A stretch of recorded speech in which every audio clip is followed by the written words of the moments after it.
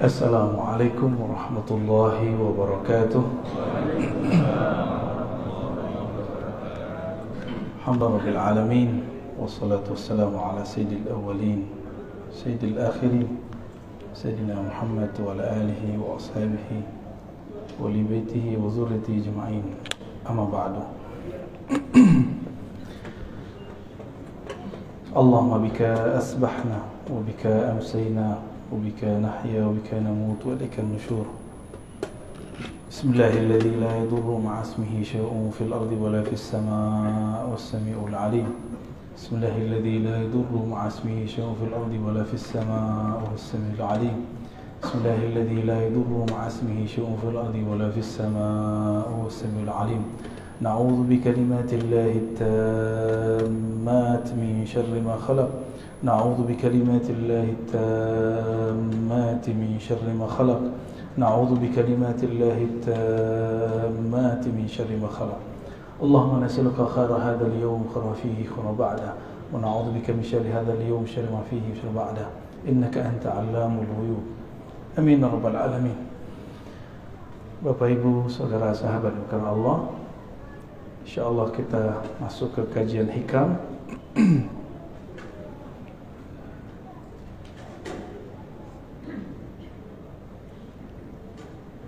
InsyaAllah kita masuk ke hikam yang 48 dan 49 ya. Sedapatnya nanti ya. Mari kita baca surah Al-Fatihah. Semoga Allah membuka pikiran hati kita semua dan memberkahi pengarang kitab ini, Al-Arif Billah Ibn Athaillah As-Sakandari. Al-Fatihah. A'udzubillahi bismillahirrahmanirrahim. Alhamdulillah. إياك نعبد وإياك نستعين غير المغضوب عليهم ولا الضالين. Beliau mengatakan min alamati mautil qalb. Tulisannya jelas ya? Min alamati mautil qalb. Dan ini dia yang saya kasih bintang. Min, di antara alamat, tanda-tanda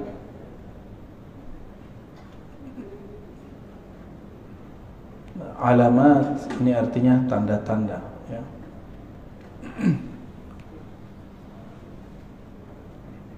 Jadi udah jadi bahasa Indonesia. Kalau dalam bahasa Indonesia alamat tempat, alamat ini nih. Nah, jadi ada dua makna dalam bahasa kita. Alamat dari kata alam. Alam artinya tanda ya. Di antara tanda-tanda mautil qalb, matinya kalbu. Jadi kalau kita ditanya kapankah kita mengetahui kalbu ini mati, kalbu sudah mulai ada indikasi dia bakal mati, jawaban beliau ada dua. Yang pertama, adamul huzni, tidak ada huzn. Masih ingat nama kitab La Tahzan? Ini huzn, kata bendanya huzn. Tidak ada rasa sedih ala ma fataka minal muwafaqat, terhadap taat yang engkau luput mengerjakannya. Ala ma fataka, terhadap yang telah luput darimu minal muwafaqat, daripada ketaatan ya. Muwafaqat artinya ketaatan.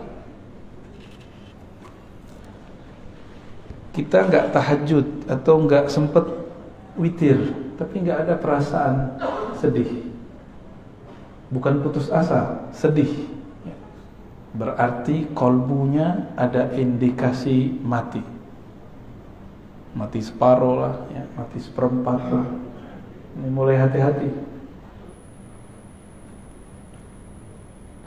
Apalagi yang disebut muwafaqat.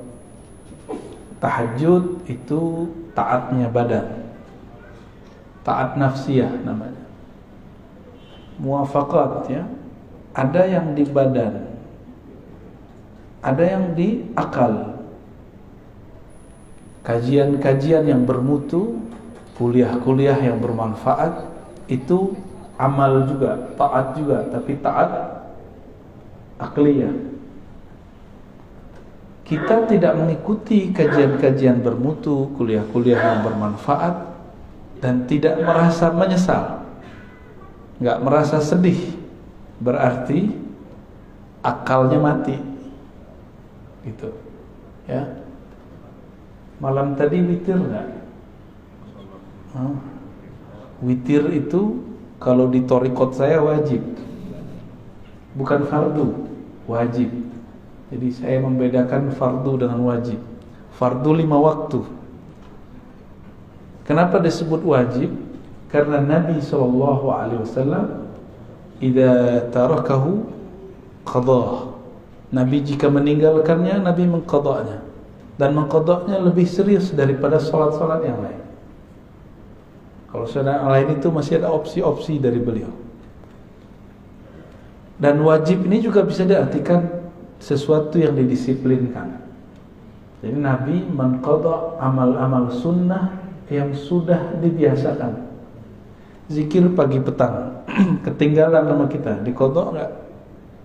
Nah, zikir pagi petang ini sebenarnya ada tipsnya kalau kita lagi sibuk. Zikir pagi petang itu yang inti adalah subhanallah, alhamdulillah, la ilaha illallah, Allahu akbar, la haula wala quwata illa billah.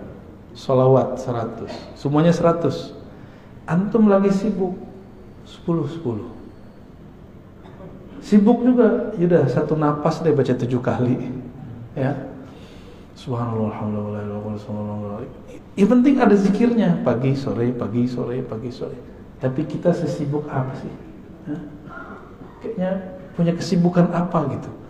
Adakah sesuatu yang lebih menyibukkan dari Allah Subhanahu wa ta'ala?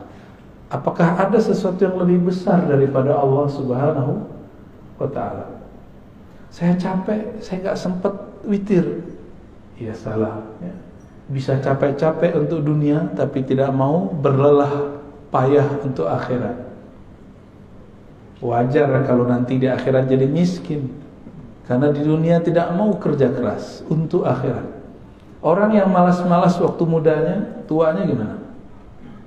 Ya kismin, susah nanti, menyusahkan orang dia nanti.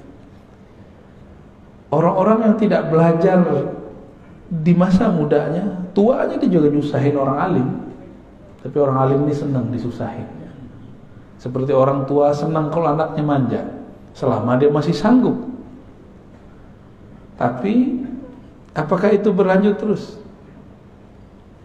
Maka wajar Al-Quran itu enggak bicara ibtaghi minad dunya, ibtaghi dunya, enggak, cari dunia, enggak ada ayatnya. Yang ada cuma ibtaghi fima ataqallahu daral akhirah. Yang kamu cari akhirat, yang kamu berlelah, bersusah payah itu akhirat. Maka temukanlah akhirat kita di dalam pekerjaan. Saya sering menyebutkan, Bapak Ibu, sahabat-sahabat yang masih aktif bekerja, kalau kita bekerja adil kalau pemimpin, amanah jika seorang yang mendapatkan jabatan, tidak korupsi, tanggung jawab, inilah akhiratnya dunia kita. Jadi kalau kita bekerja, temukan akhirat di dalamnya. Ada akhirat di dalam kerja kita.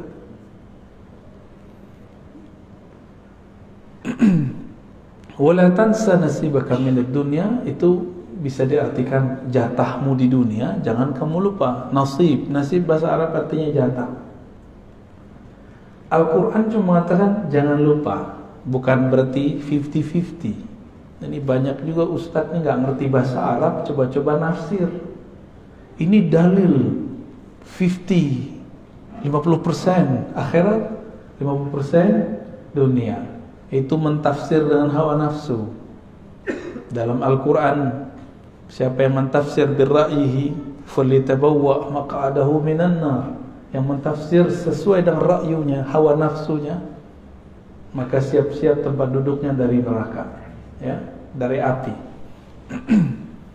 Hawa nafsu itu bisa hawa nafsu diri, hawa nafsu kelompok. Ini hati-hati nih. Ini hari tanggal berapa? Nah, ini banyak juga orang lagi rame nih. Saya sudah jelaskan di banyak kesempatan dan saya nggak mengulang di sini ya. Dan nanti jangan ditanya ini Pak Mir.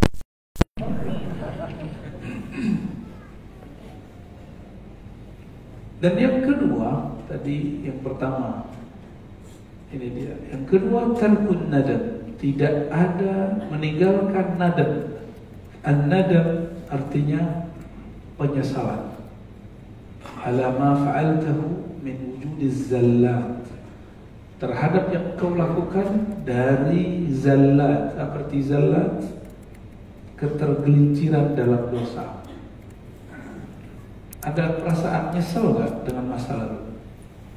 Kalau ada, berarti kolbunya masih sehat. Ya. Semua kita punya masa lalu. Gak usah disebut-sebut ke orang, gak usah diceritain ke siapa saja.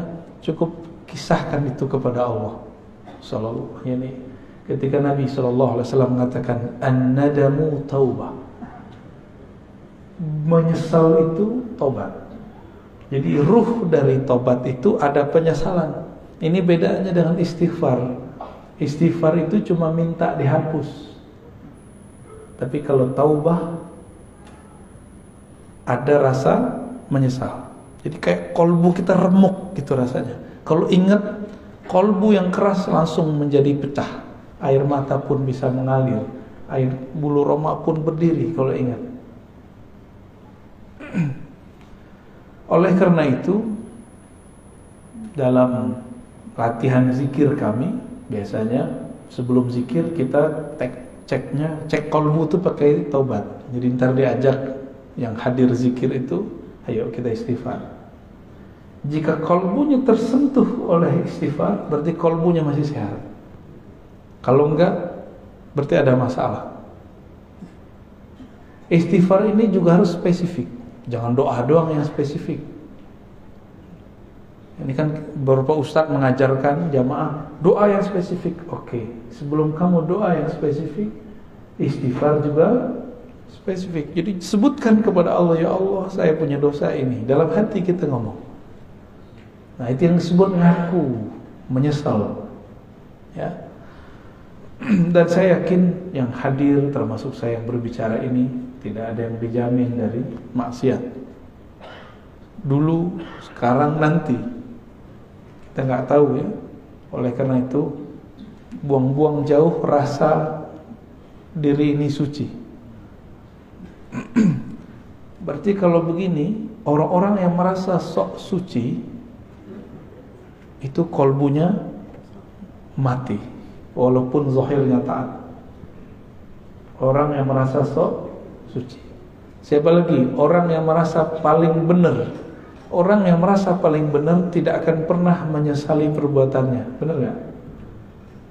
Nah, ini sisi lain. Kalau tadi dosa zahir, sekarang dosa intelektual, dosa spiritual. Salah satu dosa spiritual, indikator kolbunya mati, dia tidak pernah menyesali pemikirannya, tidak pernah insaf, tidak pernah mundur merevisi kata-katanya. Seorang Rasulullah masih merevisi kata-katanya, apalagi cuma seorang ustaz, apalagi seorang pimpinan rumah tangga kah, suami istri. Kita harus membuang ego itu. Jangan sok perfeksionis mengatakan saya kalau begini ya begini. Itu namanya keras hati, bukan pendirian. Kalau jelas salah, katakan salah. Oh, berarti saya salah. Kok kolbu susah untuk mundur? Barangkali kita kurang mencahayai kolbu dengan nama Allah Al-Latif. Maka saya menyarankan diri saya sendiri dan antum semua baca nama Allah Ya Latif. Imamuna Abdul Hasan Asy-Syadzili menganjurkan baca Ya Latif, ya. Ya Latif. Itu 129. Baru ada efeknya. Ya Latif, Ya Latif, Ya Latif. Wahai yang maha lembut, wahai yang maha halus. Mata dipejam, dipanggil Allah dengan hati. Dan rasakan kolbu kita akan lama-lama lembut, lembut, lembut, lembut, ya. Nanti antum akan gampang minta maaf. Jadi orang yang susah minta maaf itu ya latifnya kurang, ya. Ini biasanya nih ibu-ibu ya selalu benar ya, kata bapak-bapak. Tapi saya ketemu kok perempuan yang gampang minta maaf. Tapi kalau kata kawan kita, keluar loh sama perempuan. Tapi itu bukan diskredit perempuannya. Mungkin perempuan ini terlalu halus. Wallahu a'lam bishawab. Tapi Allah yang lebih halus, yang maha halus pun menyebut dirinya afuwun, ghafurun, ghafarun. Ghafurun, ghafar. Allah menyebut dirinya afu, maha pemaaf. Kenapa kita gak pemaaf? Saya heran ada tokoh agama ngomong kalau kita disakiti, kita balas lebih jahat lagi. Kalau ada orang berbuat baik, kita balas lebih baik. Itu setan ngomong begitu. Separuh benar, separuh salah. Kalau ada orang menyakiti, tidak balas menyakiti, itu baru waliullah. Ya, kita dihujat nggak balas menghujat, ente wali. Wali Allah kan la yakhafuna laumata laim. Dia tidak takut cacian orang yang mencaci, karena dia sibuk kolbunya dengan Allah. Mau orang caci maki, mau orang puji, kolbunya sibuk dengan Allah Subhanahu wa ta'ala. Ketika ada orang memujinya, dia memulangkannya kepada Allah. Jika ada orang mengkritik yang mencacinya, maka dia pulangkan ke dirinya. Oh, mungkin aku yang buruk ya Allah, mungkin teguran darimu. Maka seorang kekasih Allah, jikapun dia dicaci, dia dimaki, dia dikata-katain, dia tidak lihat antum yang kata-katain. Yang dia lihat mungkin ini teguran dari Allah Subhanahu wa ta'ala. Atau mungkin ini ujian. Saya emosi atau tidak? Ya. Gimana? Antum dicaci maki? Emosi ya, panas ya? Biasa aja lah ya. Rasulullah SAW itu makhluk yang paling banyak dicaci. Benar. Oh, di Quran lengkap, majnun, asatirul awwalin, dhalla. Macam-macam. Nabi itu gila. Adakah cacian yang lebih tinggi dari gila? Enggak ada, itu paling tinggi udah. Agak rendah dikit, asatir awwali, suka mendongeng. Rasulullah ini suka membawa kisah-kisah masa lalu.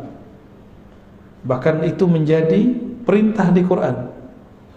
Waqsusil qasasa. Bagi mereka ini dianggap sebagai dongeng. Dongeng apa lagi nih gitu ya. Terus kalimat berikut, la ya'zum adz-dzanbu 'indaka 'azmatan tasudduka an husnil dhanni billah. Nah, ini beliau lagi ngasih harapannya. La ya'zumu adz-dzamb, tidaklah dosa itu jadi besar. 'azmatan, benar-benar besar, tasudduka an husnil dhanni billah. Jika engkau menghadapkannya dengan husnuzan kepada Allah Subhanahu wa ta'ala. Fa inna man 'arafa rabbahu istasghara fi janbi karamihi dzanbah. Orang-orang yang kenal Allah, maka di sisi Allah dosanya jadi kecil. Ini ilustrasinya gini. Kalau kita punya cucu, punya anak, punya saudara, punya teman, nyenggol di jalan atau jatuhin gelas di rumah, dia tamu kita, tamu teman lama atau anak sendiri, jatuh gelas, digampar nggak? Minta ganti nggak? Anak sendiri atau teman dekat, tamu. Tapi kalau bapak lagi masuk ke resto, ibu lagi masuk ke resto, mecahin gelas, ganti nggak? Karena nggak kenal transaksinya. Saya beli, ya saya bayar, saya jual, gitu. Nggak kenal. Coba kalau kenal, digratisin nggak? Gratisin. Beberapa kali kita makan di mana digratisin. Pos mau bayar, udah ada yang bayar pak. Ternyata sohibnya. Ternyata sohibnya di samping kita nggak kenal, tapi dia kenal. kenal sama teman-teman saya, nggak jadi bayar. Enak, tapi jadi nggak enakan. Mau datang lagi, wah nggak bayar nih. Jika kita kenal seseorang, dia berbuat salah, kita maafkan. Jika kita hubungannya, kita penjual, dia pembeli, kita gratiskan. Kalau antum kenal Allah, sorga Allah nggak berjual, Allah kasih. Tapi orang yang tidak kenal Allah, dia memikirkan, dia membayangkan bahwa dia sedang beli surga. Ya, antum mau beli surga dengan sholat subuh tadi agak khusyuk itu, ya, dengan zikir-zikir yang kacau balau itu, dengan tahajud yang tidak disiplin, mau beli surga, yakin. Dengan sedekah yang terbersih, ingin ditambahkan 70 kali 700.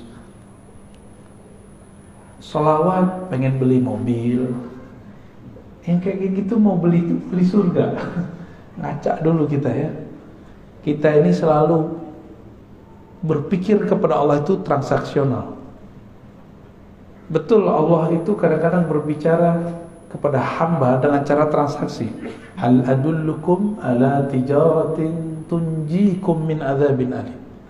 Tapi ini bukan tijarah bisnis antara makhluk dengan makhluk. Ini kita dengan Khalik. Maka kata tijarah di situ jangan diartikan bisnis, jangan diartikan transaksi. Saya beli surgamu ya Allah dengan sholat. Ngaca dulu. Kita bisa tahajud karena Allah yang membangunkan, benar nggak? Benar? Atau antum bangun sendiri? Cobain aja alarm 10 kali. Kalau Allah bilang nggak bangun, benar? Beberapa kali kita begitu. Nabi SAW sendiri pun tidak memiliki dirinya. Ketika beliau katakan kepada Bilal, "Hei Bilal, tolong jaga." Bilal mengatakan, "Siap." Karena ini lagi di luar, lagi habis perang. Lupa mengatakan insya Allah. Tertidurlah Nabi dan para sahabat. Bilal tertidur ketika bersandar dengan tongkatnya. Itu Rasulullah aja nggak bisa ngelawan. Nah, ini juga bukan menghibur antum yang tiap hari telat bangun ya, jangan salah paham. Enak amat. Ini kata kunci. Man arafa rabbahu, siapa yang kenal Allah, maka istasghara, menjadi kecil di sisi karamih. Ada kata kuncinya, karam, kemuliaan, kemurahannya. Karena Allah ini pemurah, Allah ini kaya, maka kesalahan kita dianggap tidak salah. Tapi kenal dulu. Ada orang gak percaya kalau kita ingat Allah, Allah ingat kita. Kalau kita salawat ke Nabi, Nabi kenal kita. Ada yang gak percaya, Pak? Ya, aliran macam apa itu? Kolbunya sejahil apa itu? Nabi mengatakan, "Man shalla alayya sallallahu alaihi asyara marrat." Yang salawat kepadaku sekali, Allah bersalawat kepadanya 10 kali. Orang yang mengucapkan salam kepada Nabi, Nabi mengatakan, "Raddallahu alayya ruhi." Allah kembalikan rohku. Fa'arudda hatta arudda alaihi salam. Lalu aku membalas salamnya. Berarti Nabi kenal kan? Nabi kenal. Dalam hadis yang sahih riwayat Imam Bukhari, ya, bahwa Nabi SAW mengatakan, "Inna a'mal ummati uridat alayya," atau uridat alayya a'mal ummati. Amal umatku ditunjukkan kepadaku. Nabi kenal sama kita. Ada seorang sahabat yang sirru Rasulullah, sirnya Nabi, ketemu dengan sahabat lain. Begitu juga Salman ketemu sahabat yang lain, dan mereka kenal, padahal belum pernah ketemu. Apa kata sahabat nih? Arafa ruhi ruhak, rohku kenal rohmu. Jadi sahabat-sahabat udah bicara ilmu roh dulu. Kita yang udah telat ya. Sampai sekarang orang masih bertanya, wah, Nabi aja nggak dikasih kok tentang ilmu roh. Itu salah tafsir. Yang tidak diberi itu ahli kitab. Coba perhatikan. Yas'alunaka 'anir ruh. Mereka bertanya kepadamu mengenai hakikat alif lam ar-ruh. Ya. Lalu ada lafaznya wa ma utitum minal ilmi illa qalila. Tidaklah kamu diberi. Siapa kamu? Antum itu yang nanya tadi siapa? Ahli kitab Yahudi.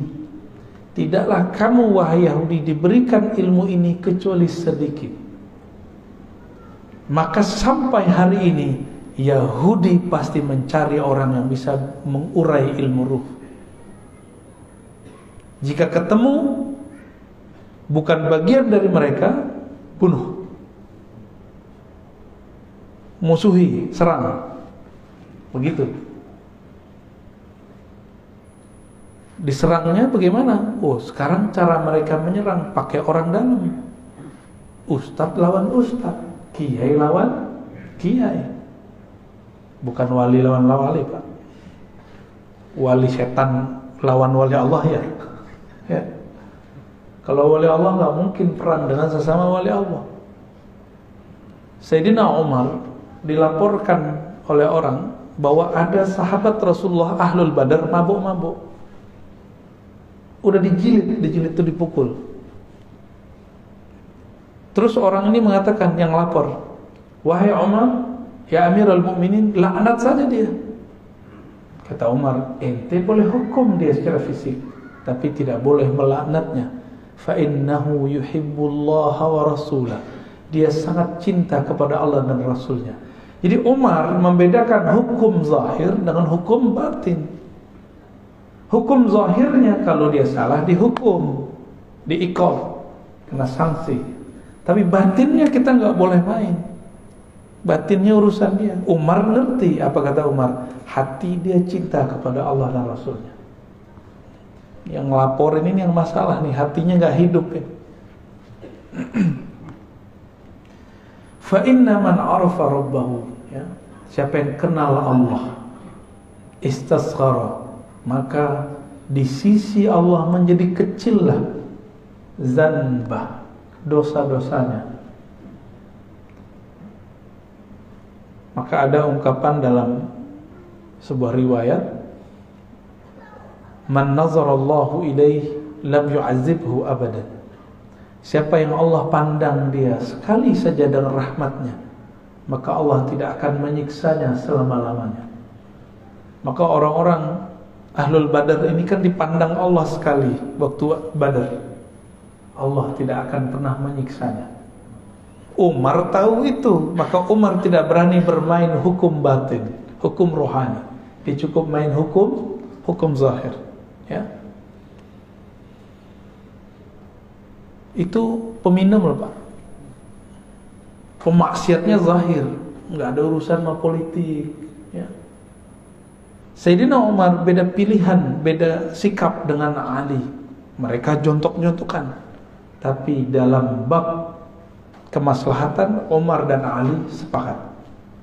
Suatu kali Umar Ibn Khattab radhiyallahu ta'ala anhu ingin keluar kota, memimpin pasukan langsung. Datang Ali pakai kuda. Apa kata Ali? Ya Amirul Mukminin, jika engkau mati di tengah jalan, lalu siapa yang ngurus Madinah?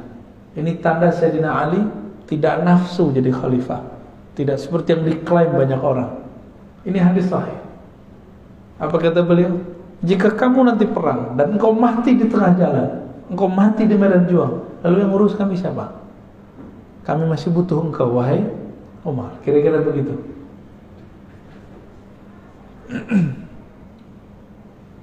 Jadi orang beda politik, tapi untuk maslahat bisa sama.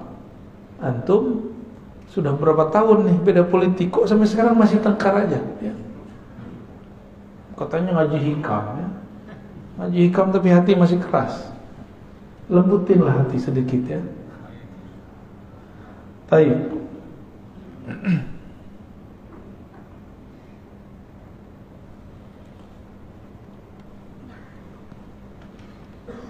Nomor 50.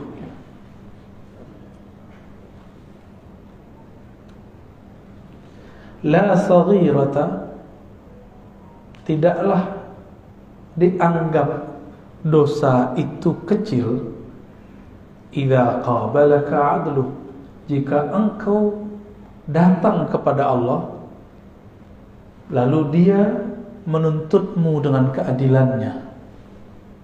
Jadi jangan pernah minta keadilan Allah. Ini kayaknya ada yang minta keadilan Allah ya. Ada yang berani minta keadilan Allah? La saghirata, tidak disebut dosa kecil jika Allah menanggapimu dengan keadilannya. Jadi jangan pernah mengatakan Allah nggak adil nih. Jangan pernah ngomong gitu. Kok kita yang kena corona? Kok zaman kita yang kena corona? Gitu. Jangan ngomong gitu ya. Orang yang berbicara seperti itu berarti nggak kenal Allah. Bahwa Allah itu sudah banyak memberi rahmat untuk kita. Allah itu sudah banyak maafin kita loh Pak. Di zaman dulu satu dosa itu langsung diikop. Sekarang udah berapa kali dosa kita lakukan Allah nggak langsung ikop. Maka ini Allah kasih kesempatan supaya tidak mengulang kembali. Kalaupun terulang balik aja lagi ya. Jangan kemudian putus asa. Nggak ada kata putus asa kepada Allah. Ini dia adil. Oleh karena itu Imam Abul Hasan Al-Asy'ari mengatakan, mintalah rahmatnya, jangan engkau pernah minta keadilannya. Minta rahmat Allah maksudnya gini, saya dengan sholat saya tadi, saya nggak yakin Pak bisa masuk surga. Kalau Allah nih hitung-hitungan adil dengan kita, Allah akan bilang, kamu sholat aja gak khusyuk, terus minta surga, dibuang Pak. Pasti dibuang. Kemarin makan minum, baca doa gak? Beneran? Lupa kan? Di awal sama di akhir itu aja lupa. Allah itu pengen selalu diingat. Inilah sisi yang kita sebut feminimnya Allah. Allah itu maha feminin. Bukan seperti ya, inilah Allah titipkan kepada perempuan. Perempuan kalau kekasihnya tidak ingat dia ngambek gitu. Maka Allah mengatakan ghayur, aku pecemburu yang sangat cemburu. Jadi jangan coba-coba minta Allah pakai keadilannya, tapi mintalah Allah dengan kemurahannya. Wala kabirata, tidak disebut kabir dosa besar, kabirah. Jadi orang Arab itu kalau nyebut dosa itu cukup sebutkan kata besar lalu tambahin ta marbutah. Indikasinya negatif. Yang besar, apa yang besar? Sesuatu yang negatif. Tidak disebut dosa besar jika dia menerimamu dengan fadluh, kemurahannya, dengan anugerahnya. Seorang ayah, ibu melihat anaknya yang salah, itu pakai keadilan atau pakai kemurahan? Jadi kemurahan hati orang tua, maka dia kemudian memaafkan itu anak.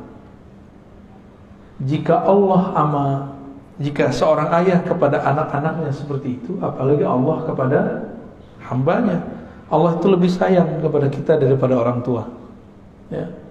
Sama orang tua sayang-sayang, tapi tengkarnya selalu. Ya. La saghirata ila qabadaka adluh. Tidak disebut dosa kecil jika Allah menerimamu dengan keadilan. Tidak disebut dosa besar jika Allah menerimamu dengan kemurahan. Ya. Maka kita selalu mengatakan Allahumma inna nas'aluka rahmatak. Ya Allah, kami minta kemurahan rahmatmu. Jangan katakan ya Allah inna nas'aluka adlah. Kalau Allah mau mengasih keadilan, maka semua manusia berhak disiksa kecuali para nabi. Hanya para nabi lah yang betul-betul adil, dan para wali. Tapi para aulia pun mengatakan kami ini pendosa. Nabi pun mengatakan kami ini pendosa. Seorang nabi mengatakan tidaklah masuk surga seseorang kamu kecuali dengan rahmatnya, bukan dengan keadilannya. Kalau dengan keadilan ditimbang dulu amalnya. Nah, ini rahasia sebenarnya.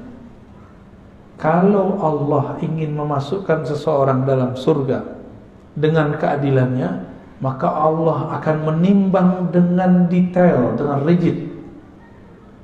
Tapi kalau Allah sudah ingin memasukkan seseorang ke dalam surga, maka orang itu ditimbang, dihisab tidak rigid. Ini yang disebut dalam hadis. Wa yuhasabu, dalam Quran juga ada, wa yuhasabu hisaban yasira. Maka Nabi sampai di ayat itu berdoa, Allahumma hasibna hisaban yasira. Dan di akhirat si hamba dihisab dengan hisab yang yasir, yang ringan, yang mudah. Jadi kalau kita biasanya nih orang-orang lembaga-lembaga yang diakreditasi, petugas akreditasi datang, kalau udah kenalan, teman sesama kuliah nih, jadi rektor gitu ya, atau jadi direktur, gimana? Jadilah tahu sama tahu aja deh, aku tinggal beres, siapin borangnya, udah kita pulang. Langsung dikasih nilai A+, karena sudah kenal. Jadi makanya orang yang memberi akreditasi ini nggak boleh satu, harus lebih dari satu, supaya ketika dia kenal, dia berikan kemurahannya tanpa objektif. Harus ada juga yang galak-galak dikit gitu. Ya. Beruntunglah kalau punya lembaga, lalu yang melakukan akreditasinya kenal. Ada juga yang lucu. Ada seorang kepala sekolah, dia udah ketakutan, akreditasinya belum benar. Tahu tim akrediturnya dulu adalah siswa dia yang sekarang sudah jadi doktor. Ya, cium tangan ketemu, ya beres. Ya, nggak ada masalah, langsung nilainya A. Kenapa? Cukuplah saya bukti bahwa sekolah ini bagus, kata anaknya. Wallahu a'lam bis-shawab.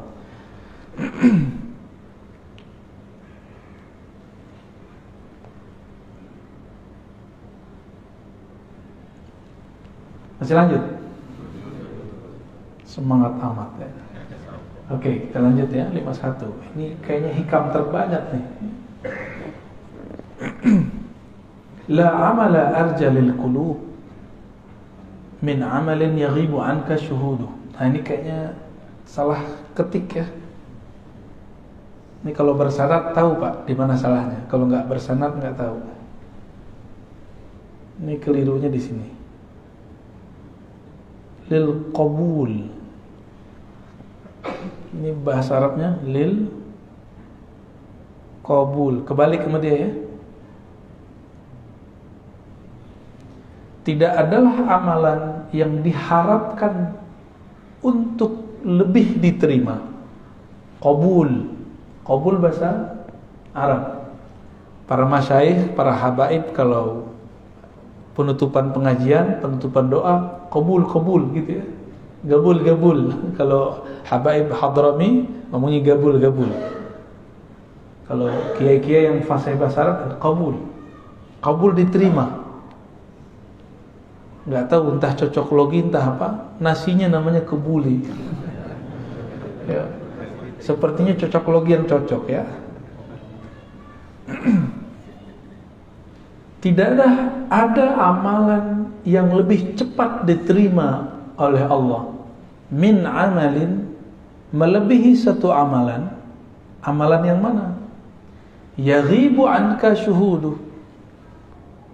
Ini cara nerjemah. Kalau ada yang bisa bahasa Arab, ini kata kerja, ini fa'ilnya yang bekerjanya. Dahulukan ininya subjek, ini predikat.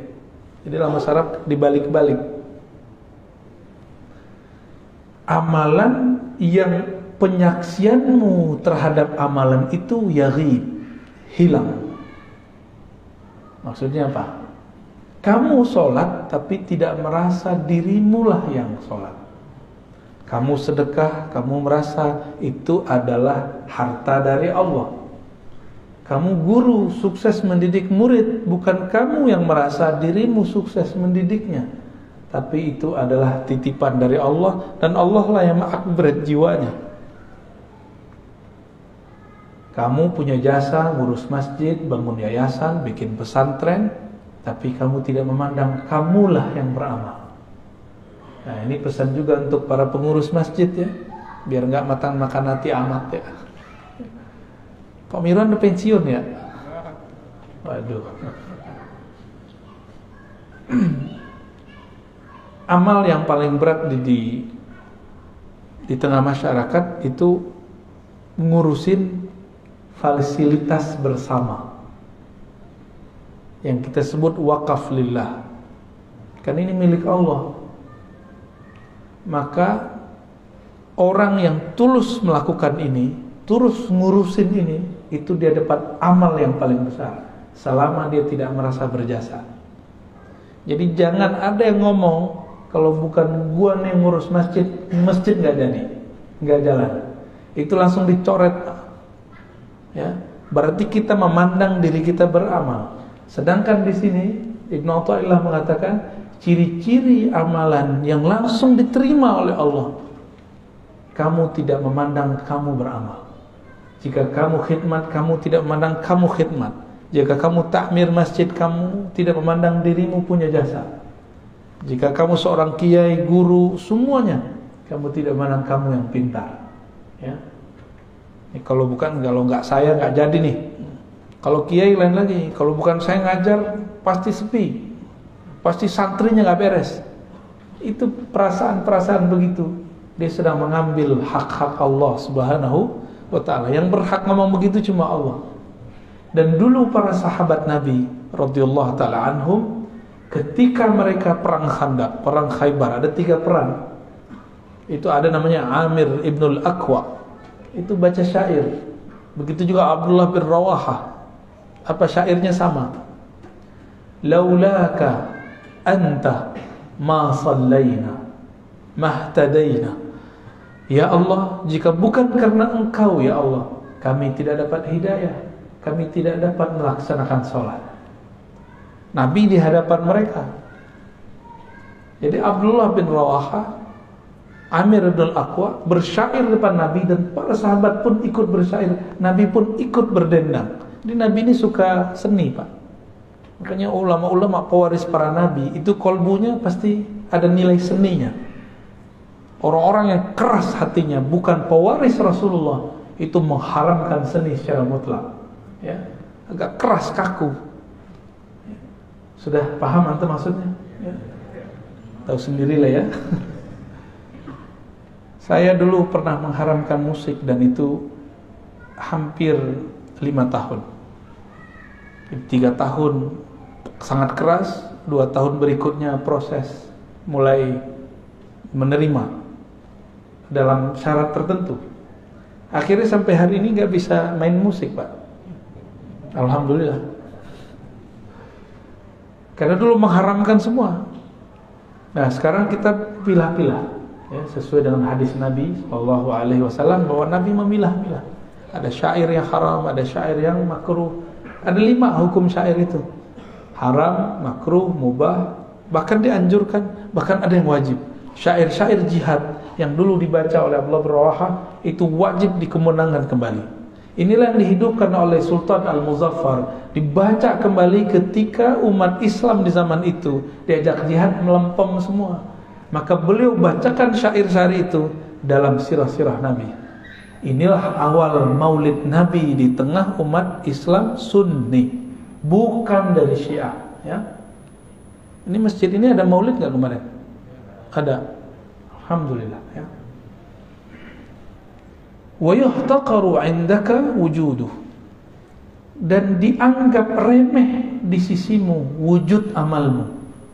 Nah, ini ciri-ciri orang yang amalnya diterima 2 aja. Dia tidak memandang beramal dan memandang jasa-jasanya kecil. 2 aja. Nah, kita masuk yang mana? Ya. Saya kaget di beberapa masjid itu pengurus-pengurus lama itu ngomong, Ustaz, naik tuh alisnya. Kalau bukan karena saya, ini masjid tidak jadi. Ya salam. Ini masjid Allah, ente nggak ada juga Allah jadiin ya. Cuma nggak mungkin saya ngomong begitu sama dia kan. Ya, tersinggung dia. Sebenarnya saat itu saya tersinggung.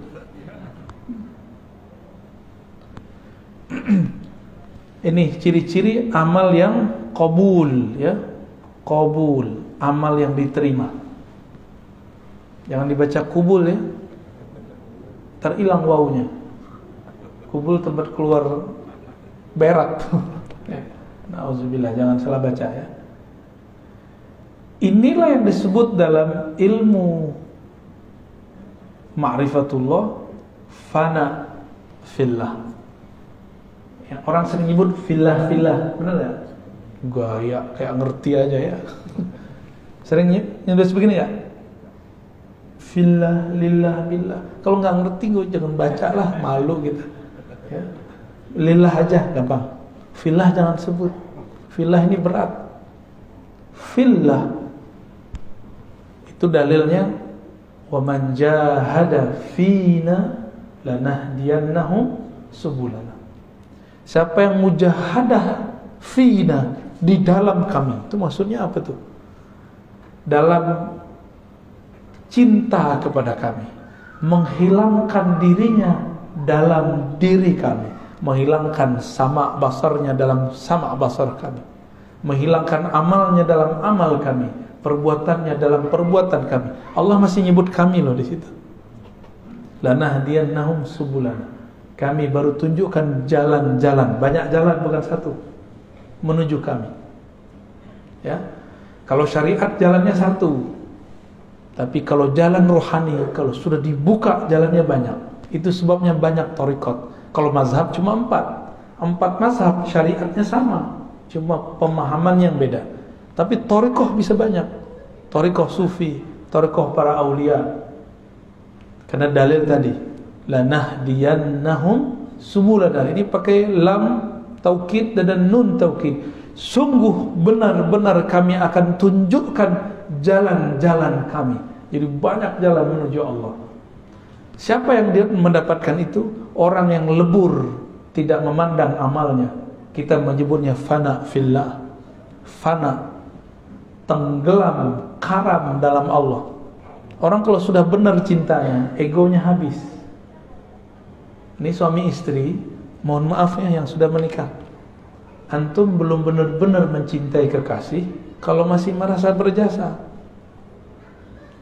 Kalau masih butuh kata-kata terima kasih, walaupun sehari-hari kita harus begitu. Kalau masih belum percaya dengan pasangan kita keluar, mulai ada kekhawatiran, ntar dia digoda ini, ntar dia ngelirik ini, berarti kita nggak ada percaya sama dia. Betul, jangan percaya sama pasangan, percayalah dengan Tuhan dia. Maka kalau pasangan kita keluar, kita katakan, ya Allah, aku titipkan pasanganku kepadamu. Aku titipkan anak-anakku kepadamu. Aku titipkan, begitu. Guru dengan murid sama. Guru capek kalau semua urusan murid diurus sama dia. Urusan dunia akhiratnya lelah. Maka seorang guru nggak boleh juga jumawa, ya, nggak boleh juga merasa sok berjasa. Dia cukup katakan, ya Allah, hanya Engkau yang urus mereka. Bapak ini kan banyak pengalaman rohaninya, juga banyak bebal rohaninya ya. Itu kalau satu-satu saya harus dengerin curhatnya, telinga saya hilang sebelah kali Pak ya. Nggak mungkin. Maka Bapak curhatlah kepada Allah. Saya pun mendoakan semoga kita diterima oleh Allah Subhanahu wa ta'ala. Udah syuruk Pak. Jadi ciri-ciri amal diterima apa? Jadi ilmu tasawuf, ilmu mengetahui amal diterima apa enggak. Nanti antum coba lihat. Barusan subuh merasa soleh enggak? Merasa dapat pahala dunia dan seisinya enggak dengan sholat sunat tadi? Aneh enggak yakin. Orang takbir aja enggak jelas. Takbir aja ngantuk-ngantuk. Ya. Baru ingatnya pas assalamualaikum. Baru ngeh gitu. Jadi gerakan itu cuma karena sudah biasa. Jadi kayak orang silat, kalau sudah mulai takbir ngikutin aja. begitu kita tidak kuat menahan gejolak pikiran itu kemana-mana, tanda bahwa kita ini tidak bisa menguasai diri sendiri. Terus antum menguasai orang lain, ya.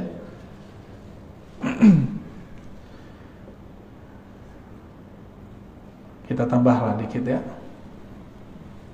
Innama aurada alaika alwarid. Ini ada istilah namanya warid. Ada wirid, ada warid. Ini dua ya. Ini dua hal yang beda. Apa arti warid? Nah, dari warid kita mulai. Warid itu anugerah rohani yang Allah berikan. Bahkan tidak hanya rohani, juga materi. Itu warid. Orang-orang ahli hikmah. Ahli hikmah ini bukan hikmah yang hikmah rohani, tapi hikmah kebatinan. Mereka mencari warid dengan mencari kesaktian. Baca ini, kamu begini. Maka muncullah ada mahabbah Sulaimaniyah, ilmu pelet Sulaiman. Bacanya ayat supaya orang tunduk. Apalagi ada namanya pukulan sakti. Itu dibaca ke tangan, inna batsya rabbika lasyadid. Tembus. Tar tangannya kalau mukul orang kayak Nabi Musa, sekali pukul mati. Antum mau yang begitu? Mau yang begitu? Nanti kalau perang sama Dajjal boleh. Kalau sekarang masa mau temenan sendiri? Oke, nggak segama sama saya, nggak segama kan masih sebangsa, ya, masih senegara, atau masih sesama manusia. Nah, jadi warid itu anugerah. Wirid itu amal yang dirutinkan. Apa arti wirid? Nah, warid bisa jadi bukan berarti kesaktian, ya. Bisa kesaktian, bisa kesejahteraan, tapi itu zahir. Baca Waqiah supaya harta melimpah. Saya mau tanya sama antum, kalau antum gak baca Waqiah, rezeki udah ada belum? Berarti Waqiah untuk apa? Nah, maka sekarang hikmahnya jangan hikmah rendahan. Hikmah itu ada dua, hikmat al-batiniyah, ya, ad-daniyah, hikmah kebatinan yang rendah. Ada hikmah al-bataniyatul ulya, al-a'la, hikmah yang tinggi. Apa hikmah yang tinggi? Saya sadar tanpa saya baca Waqiah pun Allah sudah kasih jatah rezeki. Lalu Waqiah itu untuk apa? Ternyata Waqiah itu diajarkan oleh para ulama dari dulu. Di situ ada ayat-ayat tauhid tentang akhir zaman, tentang surga neraka. Lalu di situ ada tentang tauhid. Ada 4 pertanyaan. Paham di situ, orang akan mengerti hakikat rezekinya. Di situlah baru rezeki terasa lancar. Itu rahasia al-Waqiah, ya. Arti wirid apa arti wirid tadi? Amalan yang sudah dirutinkan, diulang-ulang-ulang, ya. Orang awam berpikir saya beramal lalu saya diberi anugerah.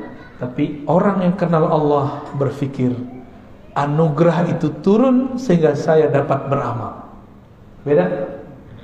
Karena ada anugerah nikmat batin dari Allah, nikmat Islam, iman, ihsan, kita bisa bangun dan kita bisa ngaji pada pagi ini. Benar?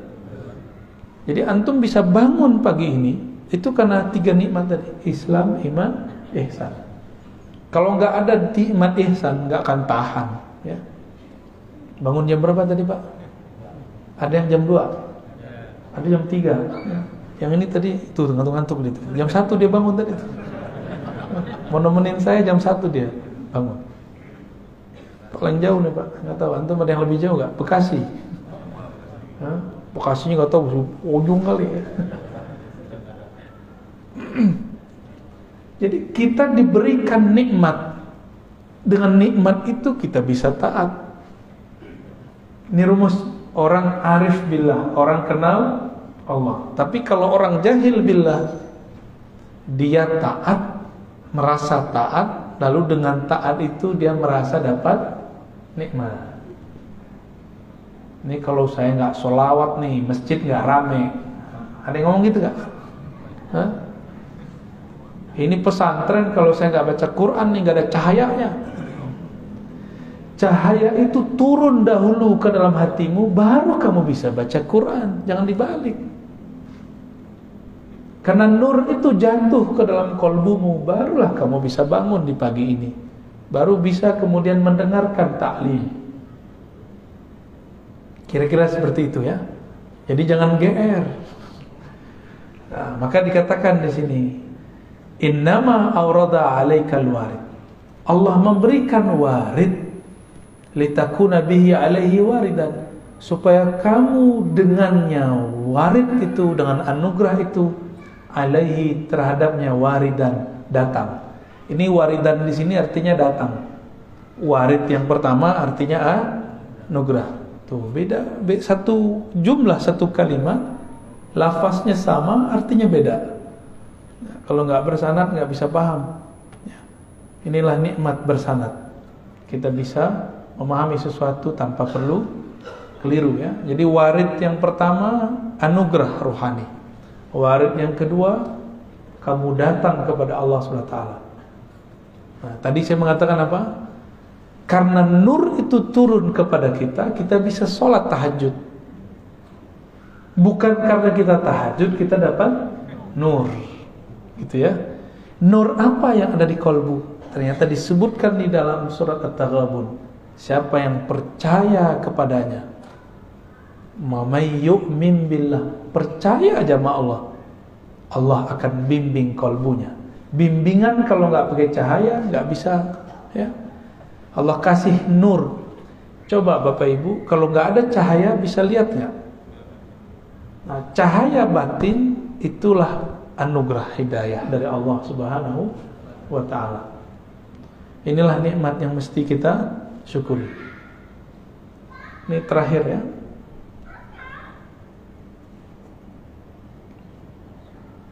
Awrada alaikal warida, dia memberikan kepada kamu warid, liyatasallamaka min yadil aghyar, agar engkau selamat daripada gangguan selainnya, aghyar, waliharriraka min rikil athar, lalu membebaskan kamu, memerdekakan kamu dari penjara tawanan athar, alam semesta. Maksudnya gini,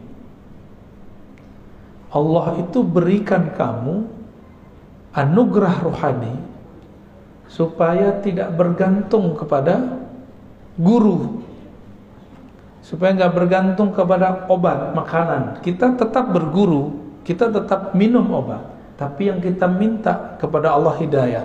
Ketika minum obat, gantungnya ke Allah. Apa yang kita gantungkan? Aku meminta kesembuhan darimu ya Allah.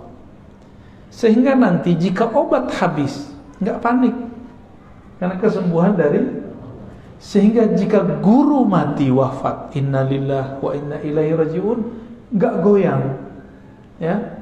Maka saya mengajak kepada para guru, para kiai, para mursyid, para murabbi, jangan buat murid-murid itu bergantung kepada kita. Jangan buat murid-murid bergantung kepada sosok kita, tapi buatlah murid terlatih dengan amal-amal, amal fikriyah, amal fikrah, amal qalbiyah, amal qalbu, lalu amal badaniyah, amal badan. Syukur-syukur jika ada amal ruhiyah, ma'rifatullah. Jadi jangan bergantung kepada kiai, kepada guru manusia. Jangankan guru, Rasulullah pun wafat. Benar, Rasulullah sudah wafat kan? Hanya Nabi Isa, Nabi Khidir, Nabi Ilyas yang masih hidup. Nabi Khalid itu dikubur, dia pesan. Nabi Khalid bin Sinan, ada Nabi Khalid bin Sinan, beliau pesan kepada kaumnya, jika aku dikubur, tolong nanti digali lagi. Setelah kalian gali, aku akan hidup kembali. Jadi Nabi Khalid itu belum mati Pak. Maka sekarang di alam barzakh Nabi Khalid itu masih aktif. Ya. Begitu imam-imam kita menjelaskan, Ibn Arabi dan imam-imam yang lain. Nabi Khalid bin Sinan. Jadi masih ada nabi di alam. Nah, itulah yang diungkap dulu oleh Allah yarham Al-Habib. Siapa yang baru meninggal itu, yang majzub juga, Ja'far Al-Kaf ya. Antum percaya atau tidak, dia mengislamkan orang di dalam kubur. Itu ilmu asrarnya Sayyidina Khalid alaihissalam. Jadi kalau nggak lapor ke Sayyidina Khalid, nggak punya koneksi rohani kepada beliau, nggak akan bisa mengislamkan orang dalam kubur. Sulit dibayangkan pakai akal, karena ini bukan wilayah akal, ini wilayah rohani. Jadi jangan usah dipikirin ya. Banyak orang mikirin, akhirnya mereka nggak percaya dengan kajian kita. Apa kata mereka? Belum dengar utuh. Ar-Razi ini mempercayai ada orang gila jadi wali. Ya salam ya. Kapan kita bilang orang gila jadi wali? Pernah nggak antum dengar saya mengatakan orang gila jadi wali? Ada nggak? Jangan-jangan yang bilang dia gila tuh gila ya. Nggak ada kita pernah mengatakan itu. Kita mengatakan ada kekasih Allah, kalbunya bercahaya dengan cinta Allah, ketutuplah akalnya. Orang-orang melihat dia gila, dia bukanlah gila. Lalu siapa yang tahu dia bukan gila? Sesama wali, sesama kekasih-kekasih Allah atau murid-muridnya wali. Itu udah Allah yang atur ini, ya. Habib Ja'far masih ingat nggak? Kalau baca Fatihah nggak jelas, Al-Fatihah itu orang kalau nggak ngerti, Pak. Ya, masa walinya Aswaja begini, ya.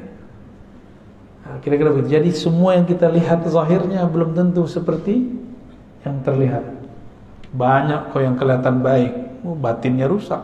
Banyak yang kelihatannya rusak, ternyata batinnya bagus. Mulailah semenjak hari ini, pagi ini, melatih sir rahasia di kalbu ini, memandang orang dengan kebaikan. Ya, untuk ada intel di sekitar kita, itu kita baik-baik aja sama mereka. Ya. Mereka kan intel itu manusia juga. Ya, kalau kita baik, terus kalbunya kayak ke bawah. Insya Allah. Intel yang bahaya itu intel setan. Ya. Kalau intel dunia ya, masih gampang, Pak. Intel setan nggak bisa berubah. Kerjanya ngadu domba. Nanti dia bawa setan tuh tubuh manusia. Nanti datang ke ustadz apa, diceritakan yang bukan kita, tapi si ustadz tuh nanti benci kepada kita. Berhasillah, menjawablah ini dua ustadz. Tengkarlah, umat pusing. Senang nggak setan?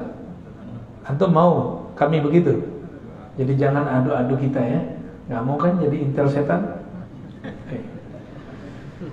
Baik Bapak Ibu yang melakukan Allah, sahabat-sahabat semua, di pagi yang penuh berkah ini, di hari yang mungkin ada saudara kita yang sedang merayakan hari mereka, kita tidak usah ribut di situ ya. Kita ributkan apakah kalbu ini kenal Allah.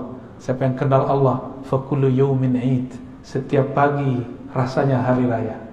Ya, tidak perlu nunggu Idul Fitri dan Idul Adha. Mungkin ada dua pertanyaan, silakan satu dari laki-laki, ikhwan, akhwat, satu ya, silakan satu dan belakang dua. Ya. Silakan.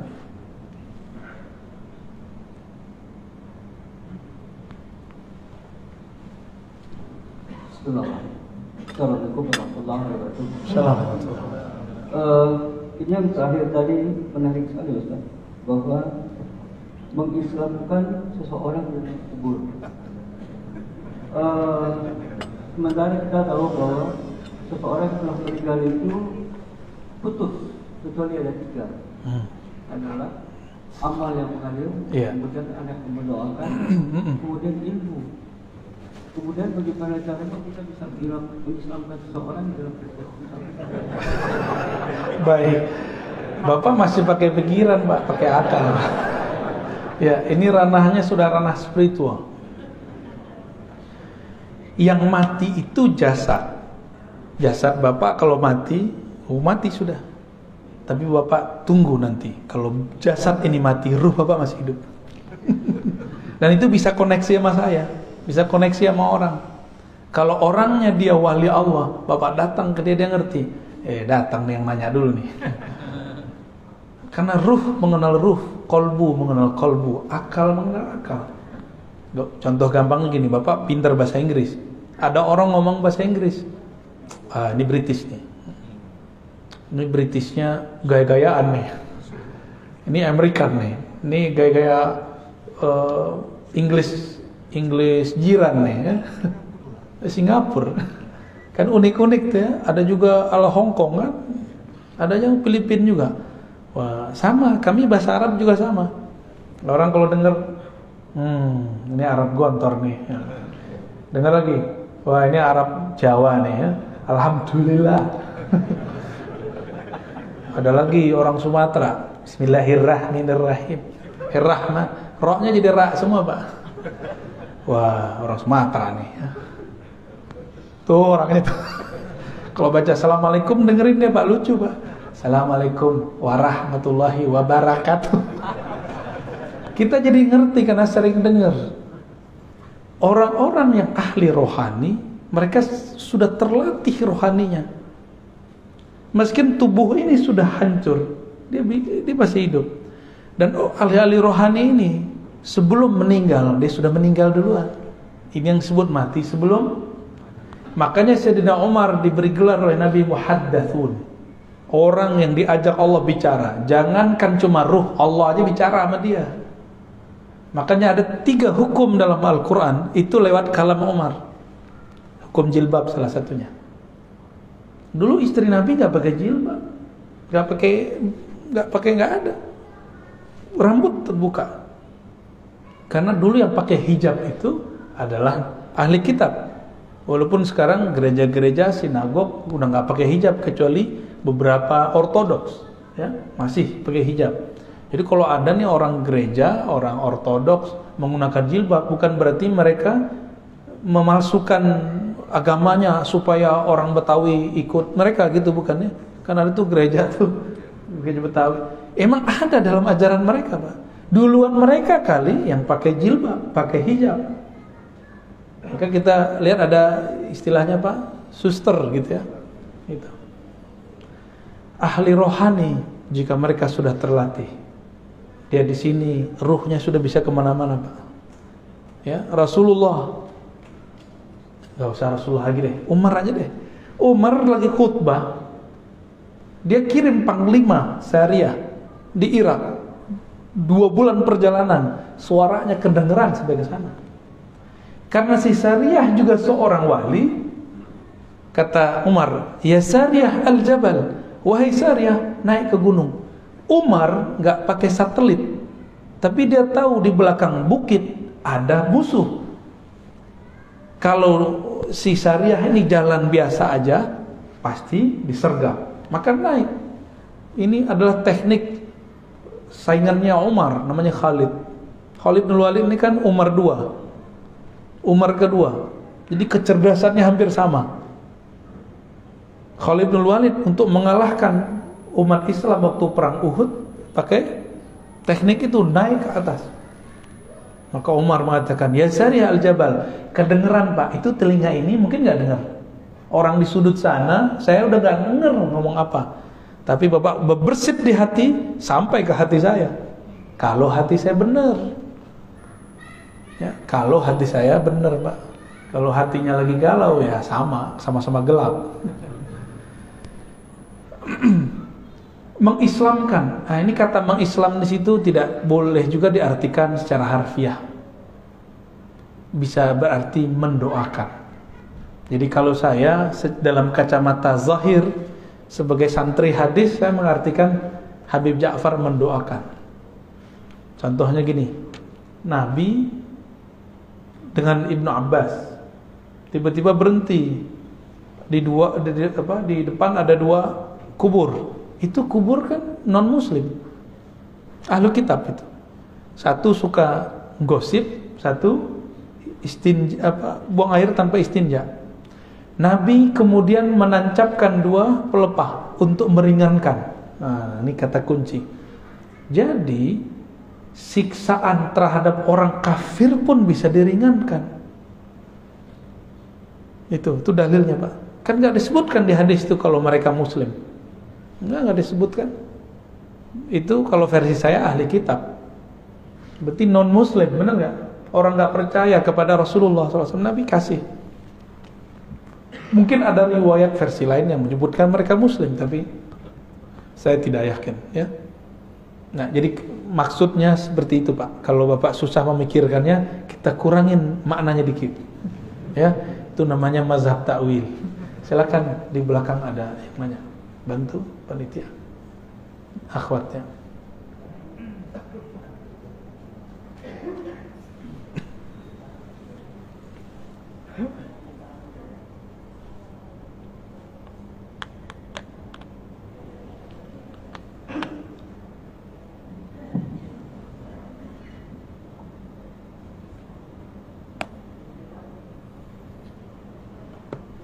Assalamualaikum warahmatullahi wabarakatuh. Waalaikumsalam warahmatullahi wabarakatuh. Terima kasih yang diberi kesempatan kepada saya. Alhamdulillah, semoga sehat Buya. Amin ya Rabb. Keluarga amin. Amin ya Rabb.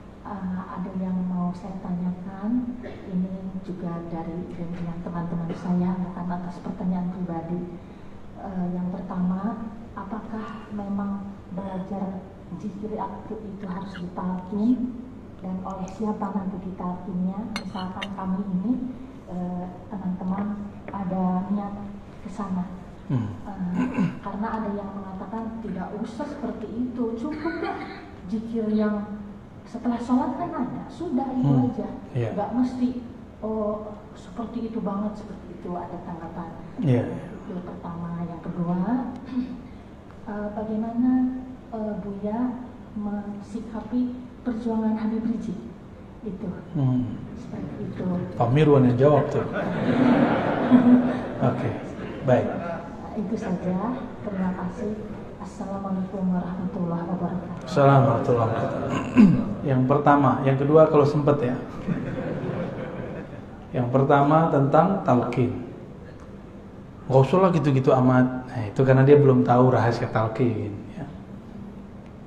Kalau kita mau tanya masalah zikir, jangan dengerin komentar orang awam atau ustadz yang awam dalam zikir. Ustadz ini kan juga ada spesialisasinya. Ada yang spesial sholawat, ada maulidan mulu, talqin nggak pernah. Ada yang cuma bid'ahin talqin mulu sama sholawat, itu ada juga.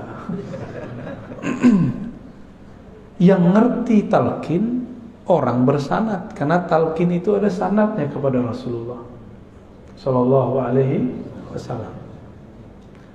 Dalil talqin di Quran ada, fa'lam annahu la ilaha illallah. Itu dalil talqin. Apa arti talqin?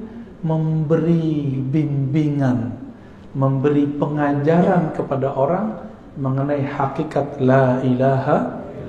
Talqin ini ada dua, talqin ilmu, talqin zikir. Quran ada namanya metode talqin, benar. Jadi sebenarnya kita sudah dapat talqin Quran. Kalau nggak ditalqinkan Quran oleh guru, kita nggak akan bisa baca Quran. Jadi Bapak Ibu ini dari dulu bisa baca Quran karena ditalqinkan. Talqin itu beliau baca, kita ikut. Abatasa, kita ulang. Abatasa, itu talqin baca Quran, talqin ilmu. Ya, atau nggak usah belajar ya. Yaudah di rumah aja baca Iqra sendiri di rumah ya, baca Quran sendiri di rumah. Nah, jadi orang-orang komentar begini, dia nggak ngerti apa yang sedang dia komentari. Saya udah sering menyampaikan ini, tolong diingat-ingat. Wala taqfu ma laysa laka bihi ilm. Surat Al-Isra. Jangan kamu komentar, jangan berpendirian terhadap hal-hal yang kamu tidak mengerti. Ilmu itu pengetahuannya sudah jelas, ujung pangkalnya dalilnya apa. Kalau tidak katakan, oh saya nggak mengerti talqin apa, gitu aja. Ya. Yang kedua, di dalam hadis ada hadis Muslim, Nabi mengatakan laqinu mautakum la ilaha illallah. Talqinkan mauta. Apa arti mauta? 3 maknanya. Orang yang akan mati, yang sedang mati, yang sudah mati. Yang ngomong Imam Ibn Rif'ah, diulang oleh Imam Nawawi, diulang oleh Imam Subki, diulang oleh imam setelah mereka. Ada 3 makna ya. Apa aja? Ini bakal mati nggak? Berarti wajib talqin. Yang kedua, sedang. Yang ketiga, ya, dalam riwayat Imam Ibnu Abi Syaibah, Nabi ditanya, bagaimana untuk orang hidup wahai Rasulullah?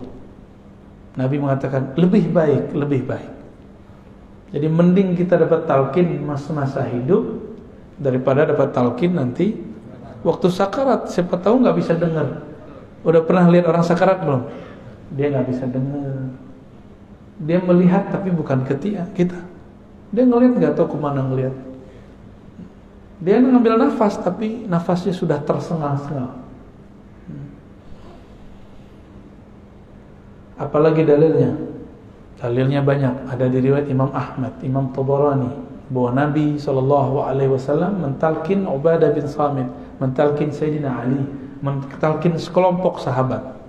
Ada talqin jama'i, berjamaah. Ada talqin furada ya, sendiri-sendiri. Gak tahu nih ahwalnya datang kapan nih saya mentalkin di sini. Tapi beberapa kawan sudah ya. Karena mereka mau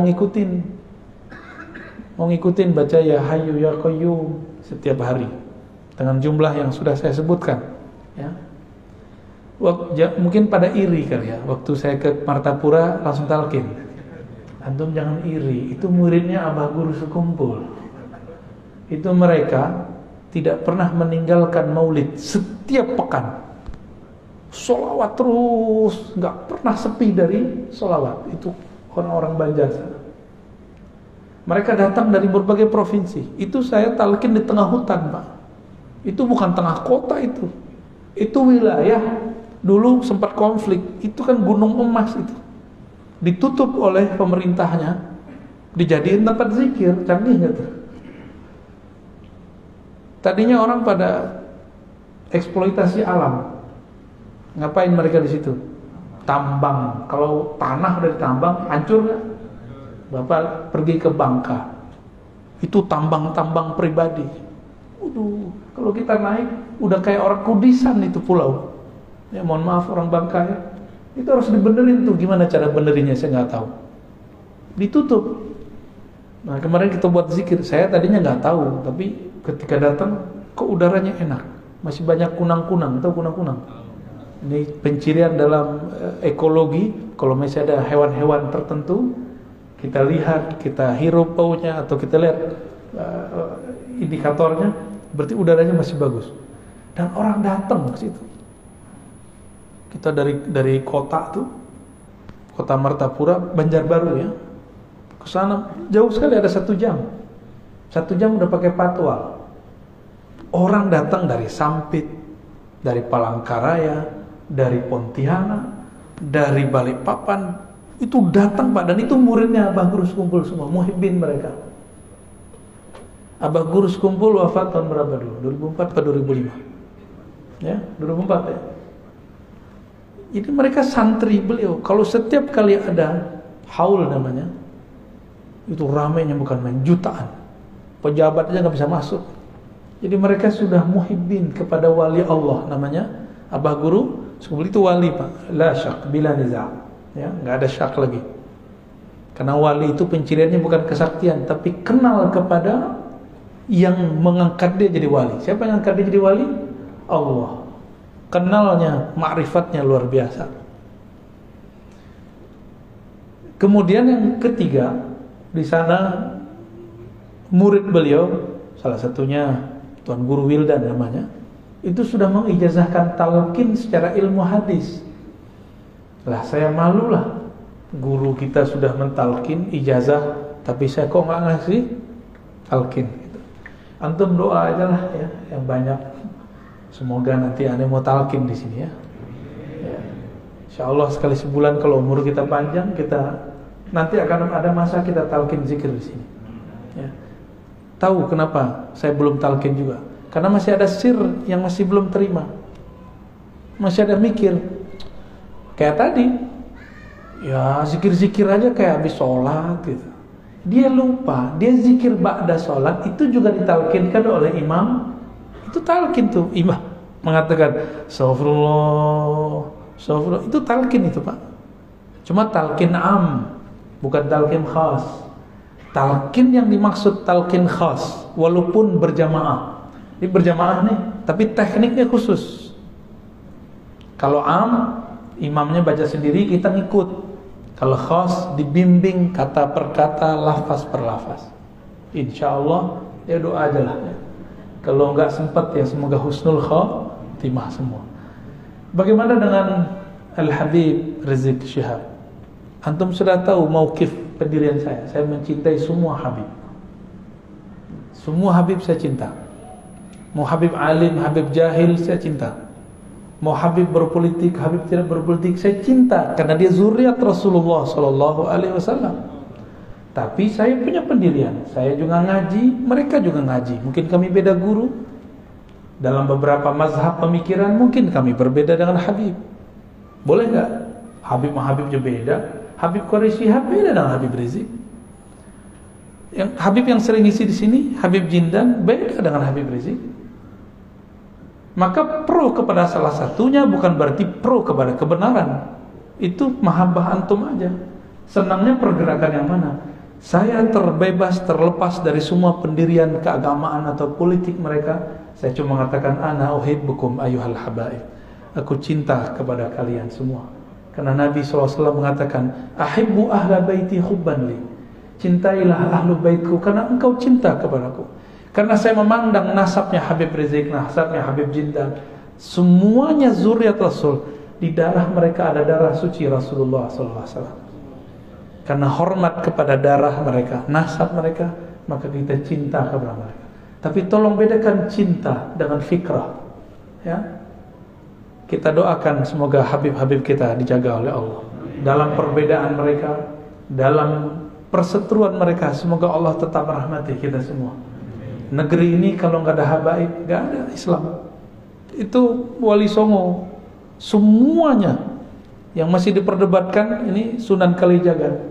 Apakah beliau zuriat atau tidak? Ya. Semuanya zuriat Rasulullah Sallallahu Alaihi Wasallam. Paling ada Prof. Slamet Mulyana dulu klaim itu keturunan Cina. Kalaupun dia campuran, tapi nasab ayahnya zuriat Rasulullah. Sunan Gunung Jati, namanya apa? Asy-Syarif, pakai alif lam. Asy-Syarif Hidayatullah. Kenapa disebut Sunan Hidayat Jati? Ini Jati orang Cirebon. Jati, Jati, Zati. Sunan yang mabuk dalam ma'rifat zat Allah.